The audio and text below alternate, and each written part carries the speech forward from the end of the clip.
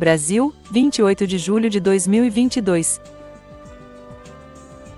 Evangelho segundo São João, capítulo 14, versículo 24. Quem não me ama, não guarda as minhas palavras, e a palavra que ouvis não é minha, mas do Pai que me enviou. Comentários, Otávio Rosa.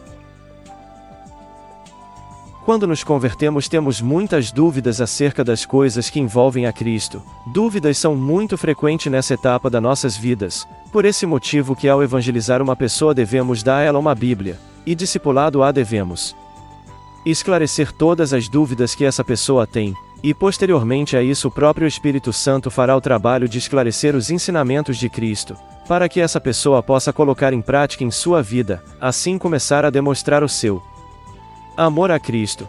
Pois se o ser humano acredita que amor não se fala, mas antes se demonstrar, por que seria diferente para com Cristo? Se não fomos capazes de guardar os ensinamentos de Cristo, como poderemos dizer que o amamos?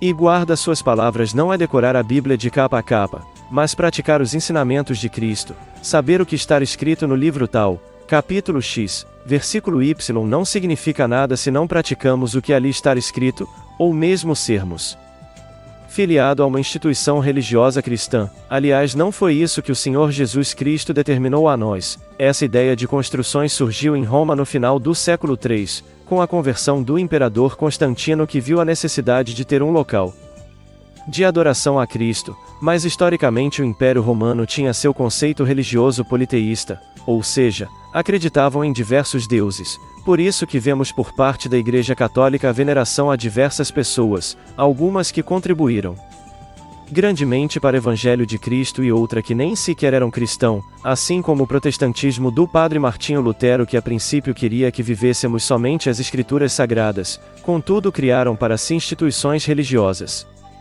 cristãs que hoje vivem ensinando o positivismo, a prosperidade, a cura e a bênção, quando o exemplo deixado por Cristo Jesus, e mais tarde por seus apóstolos e alguns discípulos dos apóstolos, foi a morte por causa do Evangelho de Cristo. Alguns desses líderes protestantes podem até dizer que estão sendo perseguidos, contudo suas contas bancárias dizem que a razão pela qual são acusados.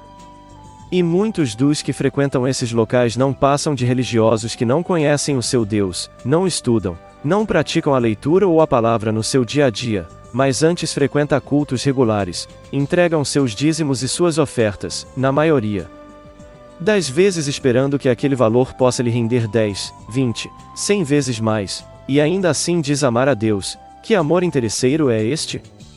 São verdadeiras meretrizes que, ao invés de oferecer seu corpo, oferecem sua fé, mas Cristo não tem interesse neste tipo de pessoa, que condiciona a sua fé em Cristo Jesus às materialidades alcançadas, quando deveriam ser gratos por Cristo Jesus ter-lhe dado uma nova oportunidade de ter comunhão com Ele. Amar a Cristo é sim de fato guardar sua palavra. Guardando a palavra de Cristo Jesus alcança a vida eterna. Todavia, se paramos e darmos ouvidos a esses líderes religiosos construtores de edificação na qual eles dizem ser a casa de Deus, ora a Cristo não habita em templos construídos pelo homem. Se fosse assim, ele o teria feito quando esteve aqui para demonstrar seu amor à humanidade. Porém, Cristo foi categórico ao afirmar que ele não habita em templos feitos por homens, que sim possamos amar a Cristo, estudando sua palavra, meditando nela noite e dia e praticando a declarar nosso amor a Cristo. Seja livre, leia e pratica a palavra de Cristo Jesus, somente assim demonstrará seu amor a Ele. A religião, por melhor que seja seu conceito, sempre colocará barreiras entre nós e Cristo, mas se estudamos e praticamos sua palavra, declaramos nosso amor a Cristo e posteriormente herdamos a vida eterna. Ajuda-nos a pregar o Evangelho de Cristo, deixa o seu like, se inscreva no canal, compartilhe esse vídeo.